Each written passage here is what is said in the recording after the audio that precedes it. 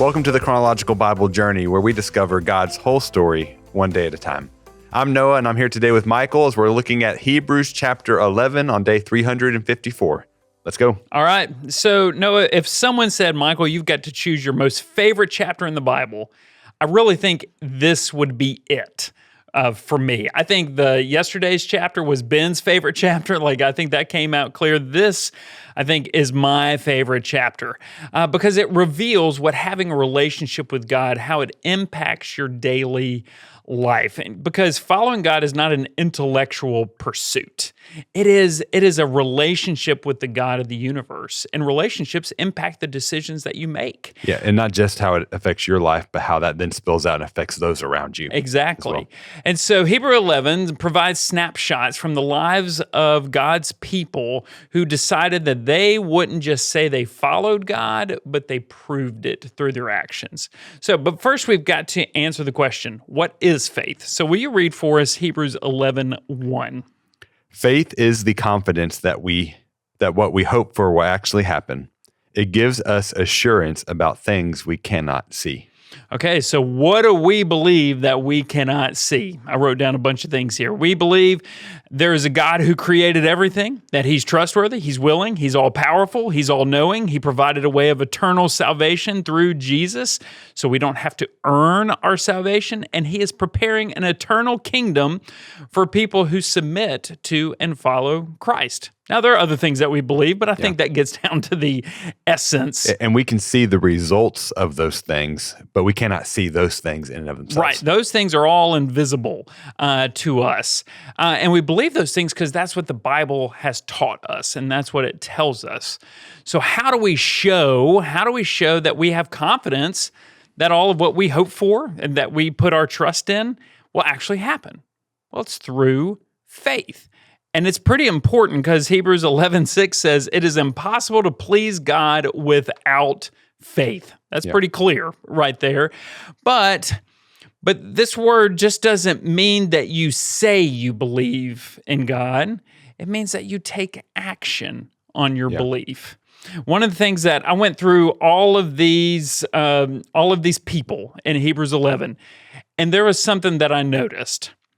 Many of these people, they took action. We're going to roll through these really fast. It was by faith that Noah built. It was by faith that Abraham obeyed. It was by faith that Abraham offered. It was by faith that Isaac promised. It was by faith that Jacob blessed, that Joseph said, that Moses' parents hid him, that Moses refused, and that it was by faith that the people of God, or people of Israel, marched. Yeah. And all of those, faith led to a specific action in that moment. And they could have said all that they wanted, but they had to take an action. Yeah. Do you really believe if you're not willing to take the step? Do you really believe God is going to provide a boat that is going to save you from a flood if you're not willing to take the action to build the boat? Exactly. You know what? Some of these people were given a direct instruction from God and they had to make a choice. Or others were faced with incredibly impossible, difficult situations, and then they took action based upon their trust in the Lord. But each person had to make a decision. Do I trust God's promises and strength or not? Because the answer to that question dictates then how they will respond, whether it was natural disasters, infertility, overwhelming enemies, uncertainty, all of those things. They could have said, no, I do not trust God's promise or his power. And if that was the case, then they could have walked away or hidden. Or they could have said, yes, I will trust God's promises and strength. And then they take an action and they take a step of faith. Each of these things that we see is a step of faith, an action of faith. And that is when, and we've seen this all throughout the eras of the Bible, is when people take those acts of faith, then God, that gives him the opportunity to move in a mighty way. That's what so much of Scripture is people taking an action of faith, and then the Lord does things that are impossible. And he was waiting on their faith to be revealed. And this isn't just a thing that's true for those in the Old Testament. This is true for us today. This is true. I mean, it's not just these listed in Hebrews 11. I think of Shadrach, Meshach, and Abednego, who believed that God would rescue them from the furnace as Nebuchadnezzar was going to throw him in. And so they chose through their faith not to bow to the idol because they believed that God would rescue them. Yeah, and they were willing to do it even if he did not rescue them. But the question is, why does God work this way? Why didn't he just go around and just do, amazing stuff on his own, right? Yeah. And why is it that he wants the credit for doing these things? Well, here's the thing. Noah, can either you or me save anybody? No. Can I provide eternal salvation from someone? You can't provide 5 seconds of salvation. No, I can't provide jack for someone in that way. And because if someone thinks we're great, or if I'm great or you're great, and they want to follow us, we can't do anything for them eternally. Yeah. We have nothing to offer. We can't be there for them always. We can't provide for their needs from unending riches. We can't defeat sin and death. There's nothing that we can do for them. So that's why we have to act in faith, because then others will realize that it is God who has accomplished these things and that he can be trusted and that they can put their trust in him and that he rewards those who seek him. Yeah. And that's what also Hebrews 11:6 tells us. So, but we can't be, I love the beginning part of this chapter, right? The first 3/4 of it. But we can't be intellectually honest if we don't talk about the end, because it is radically different. Read for us Hebrews 11:35b through 38. But others were tortured, refusing to turn from God in order to be set free. They placed their hope in a better life after the resurrection. Some were jeered at, and their backs were cut open with whips. Others were chained in prisons.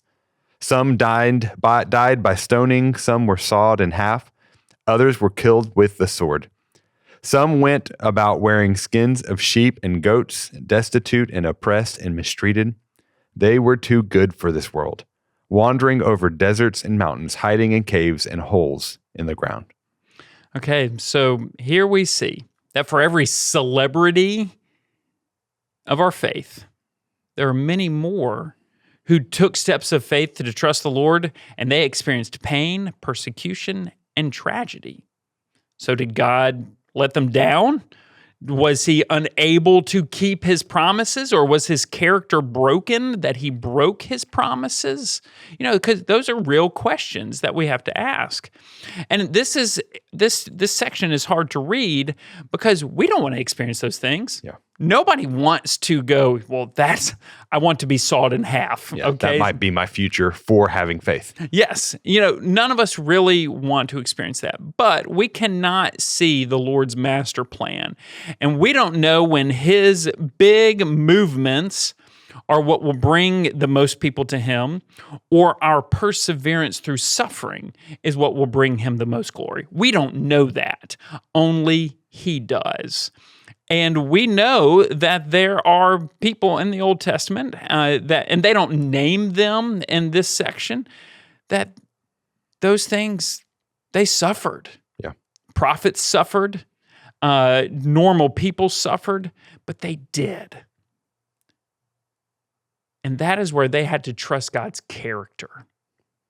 Because Hebrews 11:39 says, all these people earned a good reputation because of their faith, yet none of them received all that God had promised.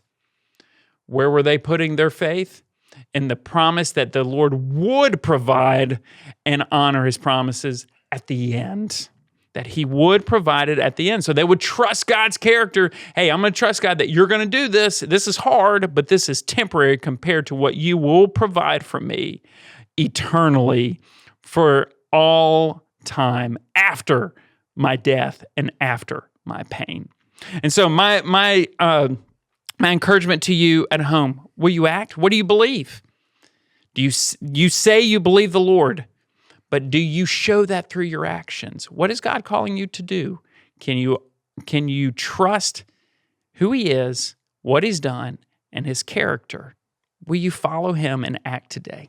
And even in the midst of all that persecution, I love what verse 38 says. They were too good for this world. when God looks at those who suffer for their faith and who are persecuted, he stands and he applauds them. Yes. And he honors them. It's just like we see the first Christian martyr, Stephen, being stoned. He looked up and he saw heavens open and Jesus not sitting at the right hand, but standing, I believe, in honor and welcoming a saint and a martyr to join him in eternity. Yeah. And so it's hard, but it is a great reward. And faith is the only way, like you said, that we can please God. Hey, thank you so much for joining us on the journey today. We look forward to seeing you tomorrow.